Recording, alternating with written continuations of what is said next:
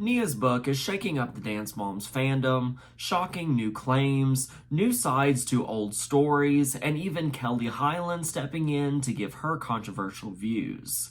This isn't just a reunion, it's a reckoning.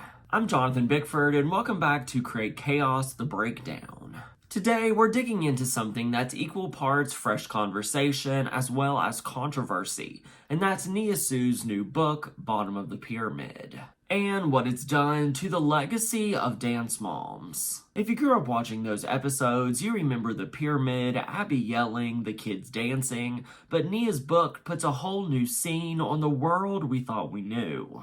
It suggests there was a lot more going on under those rhinestones. So we're going to look through the claims that Nia made, the controversial response from Kelly Hyland, and the ripple that this made in the Dance Moms fandom. Brace yourself because this one gets messy and real. Let's begin. Let's rewind to the glory days of Dance Moms. We watched Abby Lee Miller and her students for 7 seasons, dance, win competitions, and all the drama that came in between. We knew the show was dramatic. We knew a lot of it was production driven. But for the most part, we accepted it as just kids on a reality show. It was fun, but also quite intense. Nia Sioux joined the show when she was 9 years old and stayed throughout it till she was 15. During that time, and for many years, she was the only black dancer on the ALDC elite team. Her new memoir states that she stayed because she loved dancing and because leaving was not an easy option. She said the contracts that she and her mom signed locked their participation in for much longer than they realized. Nia said she started out the show excited, but spent most of her time trying to prove herself and her dancing ability to Abby, the moms, and all the viewers watching.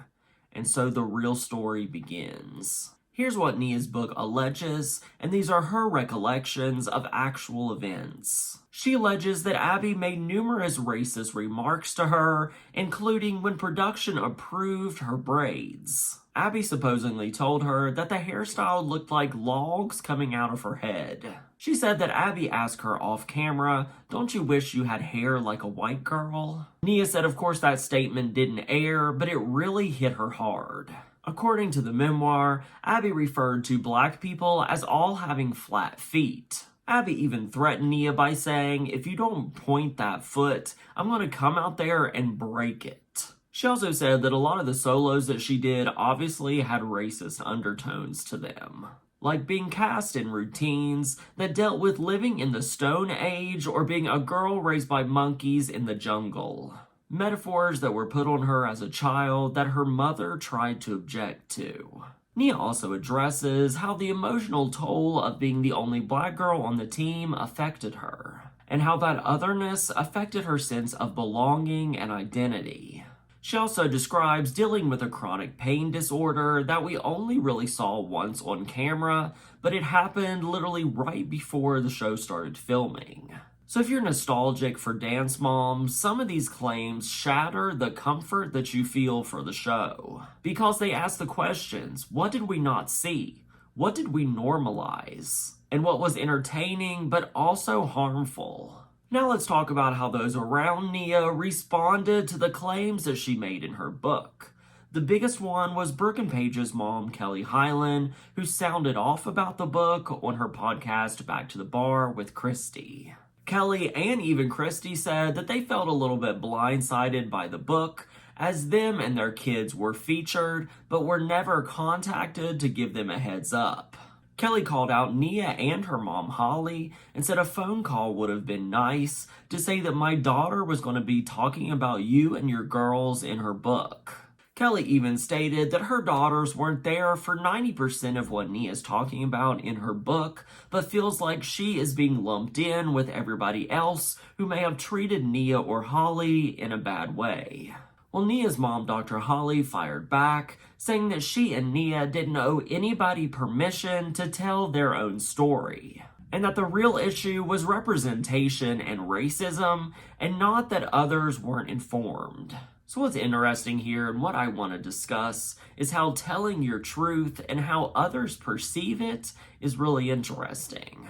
The moms and girls are obviously part of the same cast, the same era. So if someone were to rewrite the story that we actually lived in, would we respond and say our truth? Would we try to defend ourselves, or would we stay silent? Kelly's response suggests one of betrayal, in that the team themselves once seemed safe. But now someone has turned it into something else. So that leads us to our next topic. What happens when our comfort show that we loved starts being critiqued?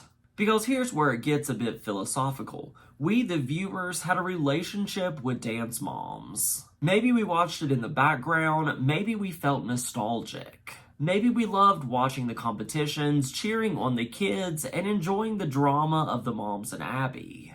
But when you hear Nia's accounts, it comes to show you that the comfort was built on a scaffolding of tension, identity stress, and misrepresentation. So, is our comfort show still comforting? Or do we need to revise our comfort? Here's some questions that we as fans can chew on. When we watch all these shows about children performing under adult pressure, do we really consider the long-term effects on those kids? Well, Nia is telling us now that we should. When the show was being edited for content, whose story was being told and whose wasn't? And as older viewers looking back, is our nostalgia selective? Are we protecting a vision of the show that didn't even protect its own participants? Nia's book makes us ask the question, can you love the show and critique it? Can we keep watching Dance Moms episodes and hold space for what happened off camera? I'd argue yes, we can, but it takes awareness. It means we might watch differently, and that the comfort might take a different shape. So where do things stand now? Nia's book is out, and it's already shifting the conversation about Dance Moms. Social media clips are being reframed, and we're all thinking about what we now know about it. Cast members are reacting, and the show's legacy is being re-examined. Kelly and others might reapproach their narrative, and viewers might revisit old scenes with new eyes. Producers may even look differently about shows with children and high-pressure competitions. For Nia herself, she says she has no regrets about staying on the show as long as she did, but now understands that there were a lot of things that she held in. For networks and producers, the real question is, do you lean into nostalgia and sanitize it? Or do you let the truth complicate it? We'll all watch what happens next. Do cast members apologize? Do shows pause? Does the fandom shift? Does the comfort we once felt morph into something more conscious? So what's the takeaway from all this? Nia doesn't just retell the Dance Mom story, she complicates it. It asks us to reconsider what we thought was entertainment and what was real. It asks the show's participants and us as viewers and face the fact that even beloved nostalgia has a shadow. And Kelly Hyland's reaction shows us what happens when someone from the Dance Mom circle is written about without a warning. When the comfort zone becomes a critique zone. And for us, maybe the lesson is we can still enjoy Dance Moms. We can still laugh at Abby's one-liners, but we might also watch a little differently. We might hold more space and give more room for those who were previously unseen. Because comfort obviously doesn't always mean ignorance. Sometimes comfort means knowing. I'm Jonathan Bickford, and this is CreateChaos, the breakdown. If you liked it, please give it a thumbs up, leave a comment about what you'd like to see me talk about next, and subscribe for more.